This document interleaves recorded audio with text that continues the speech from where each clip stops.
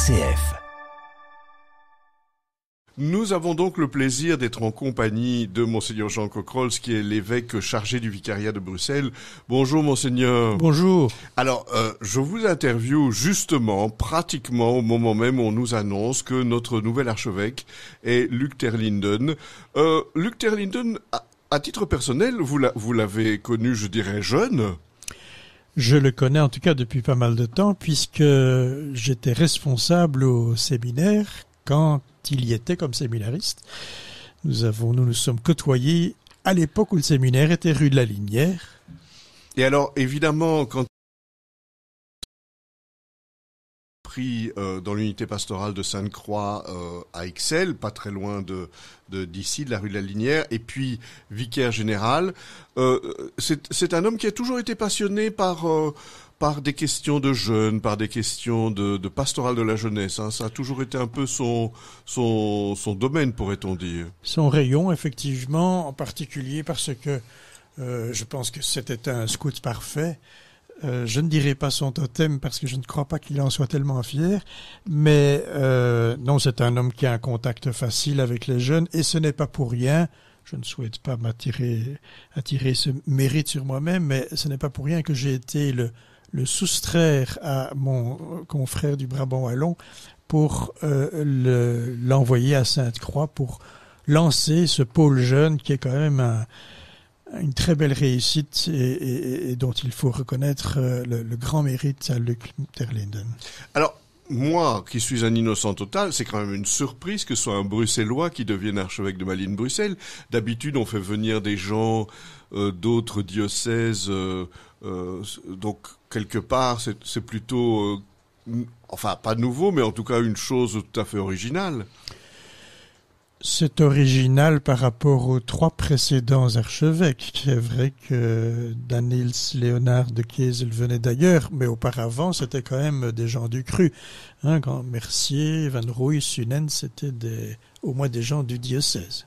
Alors, évidemment, il va y avoir des implications au niveau, je dirais, de l'année, un petit peu du calendrier liturgique, parce que, évidemment, un nouvel archevêque de Malines-Bruxelles, dans le vicariat de Bruxelles, on va l'accueillir, donc on va le recevoir.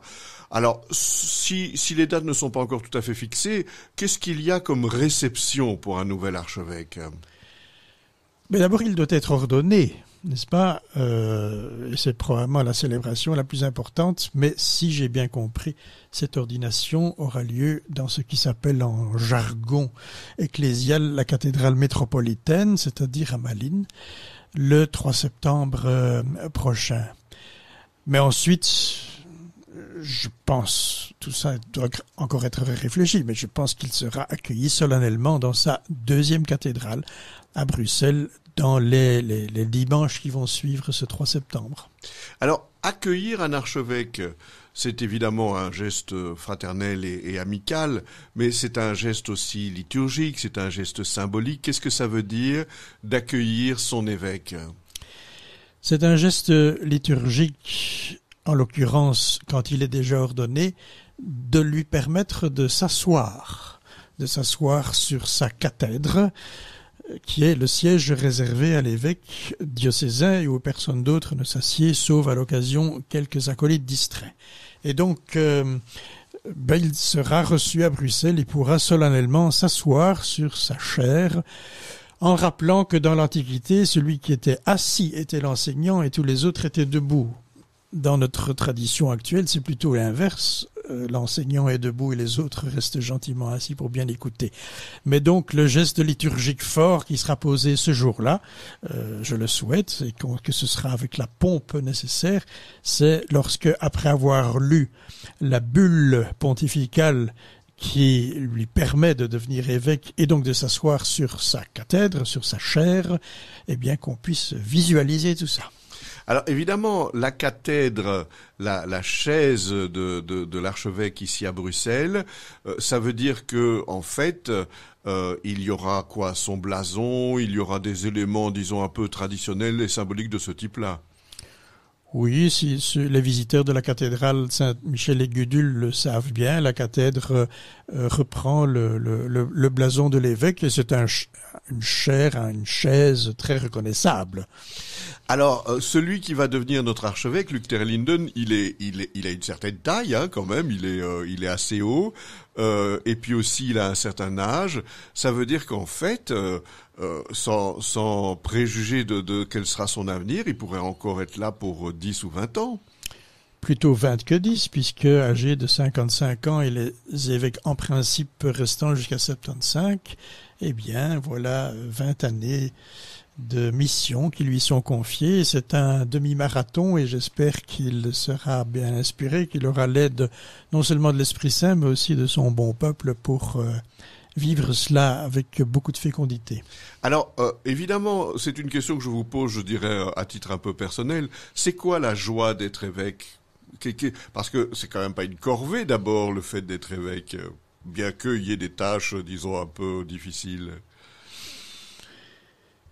C'est la joie d'être pasteur, mais je pense qu'il y a vraiment une joie comparable à celle du prêtre en paroisse et de l'évêque auxiliaire que je suis. C'est cette mission pastorale, d'avoir la confiance de l'Église, et j'espère aussi du Seigneur lui-même, pour être berger. Mais en rappelant ce que le pape François a écrit sur cette mission pastorale dans son fameux texte « La joie de l'Évangile », le berger ne se trouve pas toujours devant, mais aussi parfois au milieu de son peuple pour en sentir la bonne odeur, voire même se trouver à l'arrière, sachant que le bon peuple a souvent de bonnes intuitions sur le chemin à suivre. Alors justement, l'archevêque de Malines-Bruxelles, le moins qu'on puisse dire, c'est que c'est multiculturel. Déjà, bon, il y a 2 langues officielles, pourrait-on dire, et liturgiquement en français et en néerlandais, mais souvent, ici à Bruxelles, vous avez l'expérience vous-même, monseigneur, que parfois dans certaines célébrations, il faut parfois parler un peu portugais, italien, espagnol, polonais et d'autres langues encore. Ça veut dire qu'être le pasteur d'un peuple aussi varié, ça va quand même demander une fameuse adaptation. C'est une adaptation permanente et exigeante. Je suis bien placé pour le savoir, pour la réalité bruxelloise. En tout cas, personnellement, et je le dirai à Luc, je lui conseillerai, c'est d'au moins pouvoir dire merci dans toutes les langues concernées. Ça veut dire qu'en fait, on peut lui souhaiter qu'il reçoive assez pour dire merci alors. C'est bien vu, cher Enzo.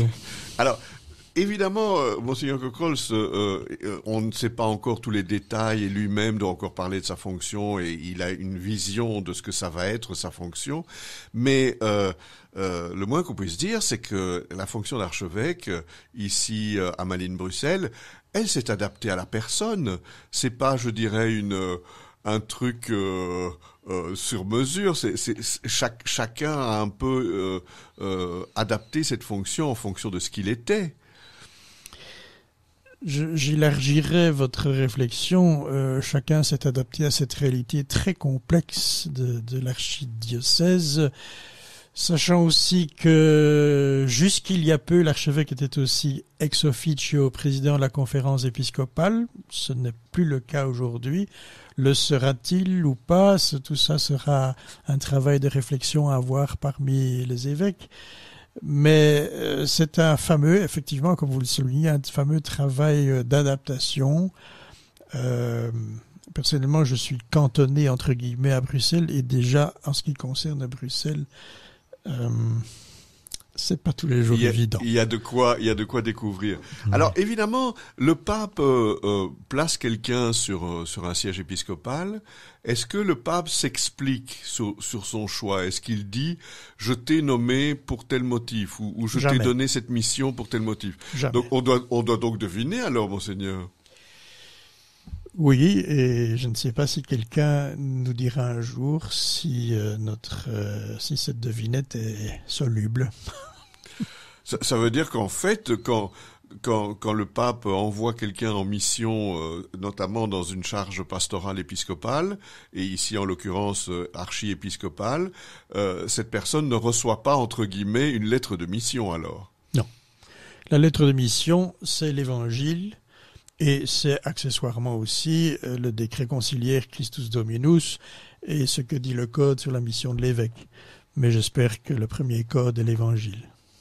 Alors, Il faut bien le dire, dans un pays comme la Belgique, être évêque, ça a aussi un certain sens par rapport aux villes, aux provinces, au gouvernement, même peut-être à la famille royale. L'archevêque, il va avoir une certaine place dans le monde politique et social belge. C'est un exercice à créer, à fabriquer, où il est déjà plus ou moins fixé? C'est un exercice extrêmement subtil, complexe et à refaire. La réalité des rapports nécessaires entre l'Église et l'État. Cette réalité est mouvante. Je renvoie pour cela à l'excellent dossier publié tout récemment dans le journal Dimanche par Vincent Delcor sur le rapport entre l'Église et l'État et les relais politiques éventuels que l'Église a dans les instances publiques. Mais c'est vrai que c'est un rôle essentiel. Ce n'est pas simplement de la figuration. Alors, à l'inverse, le cardinal de Kessel, normalement, il cessera ses fonctions, mais il en a d'autres, c'est-à-dire, comme il est encore cardinal de l'Église, est-ce que à Bruxelles, on va le remercier, on va le fêter, on va le recevoir? Qu'est-ce que vous avez en tête? J'aimerais beaucoup que nous puissions, bon peuple de Bruxelles, remercier l'archevêque sortant. Nous sommes évidemment un peu pris par le temps puisque l'été commence et à la fin de l'été, il y aura l'ordination de son successeur. Par courtoisie, ça doit se passer avant l'ordination du successeur, mais on trouvera bien un truc. On se débrouillera pour trouver un moment pour rendre grâce. Et c'est vrai, comme vous le soulignez, que Monseigneur de Kessel est non seulement archevêque, mais aussi cardinal de la Sainte Église romaine. Et à ce titre-là, avec l'âge qu'il a, il reste électeur d'un possible souverain pontife. Et puis, bon, il a habité Bruxelles, il a quand même eu un rôle dans la ville de Bruxelles, donc je suppose qu'il connaît quand même un petit peu les environs. Il connaît Bruxelles, il aime Bruxelles, il a appris à aimer Bruxelles, qu'il ne connaissait pas du tout. Cela dit, je crois savoir, je ne crois pas me tromper, qu'il continuera à habiter à Malines. Alors, nous étions donc en compagnie de Monseigneur Jean Cocrols, qui est l'évêque chargé du vicariat de Bruxelles. Nous parlions bien sûr de la nomination de Luc ter Linden comme le futur archevêque de Malines-Bruxelles. Et bien sûr, on en reparlera encore, Monseigneur. Merci beaucoup d'être venu nous voir. À bientôt.